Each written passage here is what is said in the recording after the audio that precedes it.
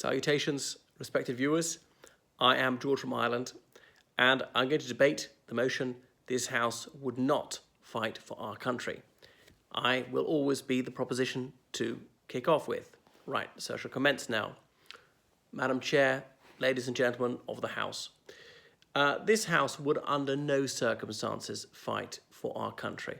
I know I'm reprising the 1933 debate, and that was in the Oxford Union, so specifically for a British context, where it was phrased, this House would under no circumstances fight for king and country, but our country, whichever your country may be. So we, on our side of the House, espouse pacifism for a number of reasons, the foremost of which is humanity. We're humanitarian. We do not wish to slaughter our fellow humans. The belief that we should kill people for a political or some other cause would lead to the extinction of the human race. And that is the inescapable logic of war. If you believe that you are entitled to kill your fellow human, especially when he or she has done nothing wrong to you, he or she is quite often not a combatant. And that is the ugly truth that people often refuse to face up to, that it kills civilians almost as much as it kills military personnel, particularly in these days of total warfare. But there are other reasons we're going to go into that however bad a system is, a regime is, that is not as bad as a war. And a war which may not work in even preventing the triumph of the other side. That's assuming your side is good. I mean, if one side is good as one side's bad, the chances that you're on the right side are only 50%. So you're fighting for a wicked cause anyway. Even if your cause is righteous, you might lose. And you might do so many horrific things during the war that it cancels out any rectitude that you had on your side. So one war will cause several more. So war is ultimately self-defeating. It's completely futile. But anyway, so I've laid out my major ideas, but let me go into them one by one in greater profundity. So hundreds of millions of people have been slaughtered down the centuries, at least in wars. The cost in grief has just been incalculable. And this is pain and anguish that we should spare future generations. And pacifism is the only way. It is the only moral path. War solves nothing. Just like they say one wedding creates seven more, unfortunately one war creates several more. There's always this law of unintended consequences. Look at Libya 2011. Various NATO countries started bombing it out of the kindness of their hearts. But all right, we'll put the best possible interpretation and say that they went in there with the noblest of intentions. But since that country has not known a day of peace. And it's strengthened Al-Qaeda in that part of the world, which has then led to fighting in Mali and Niger and other countries. So one conflict has caused several more. So war kills children, not leaders. It's actually very rare for a leader to get killed. It's the ordinary folk at the bottom of society, they get killed.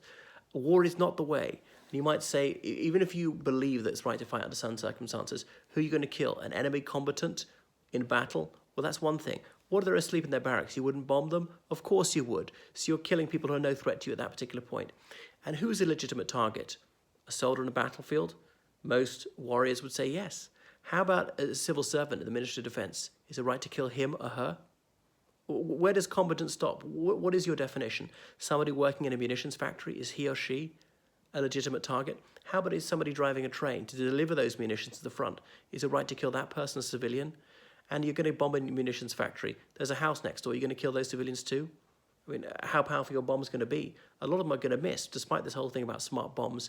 We do that to salve our conscience. And we kid ourselves if we think we don't kill civilians in huge numbers. And so people don't really fight for nationality. Take the Second World War. In the UK, a lot of people telling themselves their country was fighting for a virtuous cause. But the people who were fighting in the British Army, they didn't really believe in the cause or even know what the cause was. They didn't know where Poland was, couldn't find it on a map. It's not as if the UK hadn't invaded other countries prior to that. And then they had wicked regimes on their side too. They just overlooked that. So it became about narrow national interest, self-preservation, gaining territory, preserving territory, not morality at all. So there were all sorts of people on the British side, good and bad. Just as on the German side, there were people who were good and bad. They weren't particularly bad people because they got drafted into the Wehrmacht. So people are sheepish and they just follow the crowd. That's the safest thing to do. They don't actually fight for morality. The really moral thing to do is to find the courage to stand up and say, no, I refuse to kill my fellow human beings, especially those who've done nothing wrong to me. Remember Orwell in his As say the lion, the unicorn said, at this moment, highly civilized human beings are trying to kill me. And most of them would never contemplate murder in private life. But as soon as they put on a uniform, they depersonalize it. Somehow it becomes acceptable to kill someone who's never done anything wrong, who might be a better person than you. So people are fighting for chauvinism. It's about this narrow-minded, nationalistic issue, attitude, the flag, land. You know, it's ridiculous. These invisible, imaginary lines on land that we should care about whether it's 1 centimetre this or that. No border is worth the life of even a single person. It's not about morality, it's about gain. People fight over ideology and resources, and usually the ideology is actually about resources, about land, about oil, about money, about economics. It's resources to enrich the already rich. And the rich, win or lose, will still be rich. The poor, win or lose, they will still be poor, whatever happens to their country. Remember what Stephen Decatur said 2 centuries ago, that US naval officer, when he proposed a toast: to our country, in her intercourse with other nations, may she always be in the right, but our country, right or wrong. And that's the way many militarists see it. Even if they knew their country was fighting for a filthy cause, they would still fight in that cause. I can't remember who it was, which American general said of the Mexican-American War, said that it was the most unjust war ever, but he still fought for that cause. And that's the way it is. Just people blindly follow. They swallow the propaganda, or the wiser ones, they realize they're fighting for lies, they've led to war on a false basis, and they choose to swallow it, to overlook it. There's the my side bias, to exaggerate the iniquity of the other side, to overlook the turpitude of their own side and excuse it as necessary, which excuse which is never held to wash when the other side advances that one. So people would knowingly fight for an unrighteous cause. So better red than dead, they used to say. Even if Al-Qaeda, the Taliban, someone horrific were to win, were to rule us because we refuse to fight, that's better than people being killed. And people who fight for those terrorist organizations, they're not all bad. They have a bad cause. Sure, they do some bad things. So those who fight against them. But, they could still be loving fathers or good friends and things like that. So people, it's not so straightforward. People are multi-dimensional. They're not monodimensional. So a so-called moral cause always becomes immoral when you're doing foul things for it. War necessarily involves slaying civilians these days in huge numbers because it involves so much bombing, so many artillery strikes, poison gas attacks and so on. And you can't tell who's who. There's the fog of war. Prisons fall into your hand. They're very often massacred. They're very often tortured. Even countries which crow about human rights and so on, they're detaining people in detention centers for years. They're torturing people on a huge scale. We chuck out civil liberties, what we're supposedly fighting for, freedom of expression, fair trial. All of a sudden, that doesn't matter. It's exposed as a facade it really is. So people shouldn't be drafted into armies, forced to kill. And a bayonet is a weapon with a worker at both ends. A working class man is standing another working class man to death just to make money for someone else. Why should a working class Frenchman hate a working class German who's never done him any harm? There are always economic interests masquerading as some moral cause or something like that. It's nonsense. So it would suit the military-industrial complex, these defense manufacturing companies, these lobbyists, these politicians, these journalists. It would suit the yellow press and so on if we had permanent war, so they could always be making fat profits over mounds of corpses. War also kills us by beggaring us. Some of the most impoverished nations in the world spend mind-blowing sums of money on weapons. And look at all the money that was put into nuclear weapons, just so we can blow up the world 1,000 times over. We could feed the world. We could educate everyone. We could clothe and house the world for a fraction of that cost. So war and preparation for war is grossly immoral. And it would only take one mistake. It would only take one madman with his finger on the nuclear trigger to wipe out humanity. So it only takes just one slip of the finger to make that irrevocable mistake. And because we have nuclear weapons now, that is the risk we're running every day. It's petrifying, the very thought. So war is not the way. We shall under no circumstances fight, even if we are in the right cause. And there probably never has been a war in which one side has been 100% right and the other has been 100% wrong. We've got to find other ways to sort out our differences. There has to be a better way to move forward and find solutions. I beg to propose. So, I'm now the opposition. Madam Chair, ladies and gentlemen of the House, I oppose this moronic and immoral motion. We fight to prevent worse evil. There are worse things than death. There are some values that we value more than human life, and anyone worth his salt should value liberty more than his or her life. I know it's easy to say, and I haven't put myself in harm's way. But if you saw someone beating a child to death, you would have a moral obligation to intervene. And anyone who thinks they don't, that wouldn't even slap a monster in order to save the innocent, this person does not have the right to call himself a human. Would you really surrender to North Korea, to this savagely cruel, despotic regime? Would you really bow the knee to Al-Qaeda? Do human rights mean nothing to you whatsoever? Personal liberty, women's rights, anything like that, to live under this vile system of oppression? No, we must resist. Otherwise, you capitulate to tyrants. So do not live in thraldom. Stand up for yourself. I know wars have been fought unjustly. We're not saying that every war is just, or even most wars are just, but just occasionally it is right to fight in self-defense, to resist oppression. It's in the UN Charter. You are entitled to resist illegal occupation. Slavery, genocide, and so on would all have been completed, would all be here today if people had not been willing to fight. The very right to have this debate only exists because people took arms. He has rights who dare preserve them. And I know some unenviable choices have to be made about what we're going to do, about what's moral to do. And we always have to wrestle with our consciences over this one and not go too far. But that doesn't mean that it's never right to fight. So I want to preserve peace. And in order to do so, you must have a readiness to fight and have a realistic deterrent against would-be aggressors. Sometimes early intervention prevents a conflict from metastasizing. You look how ISIS has been beaten down and may well be thrashed.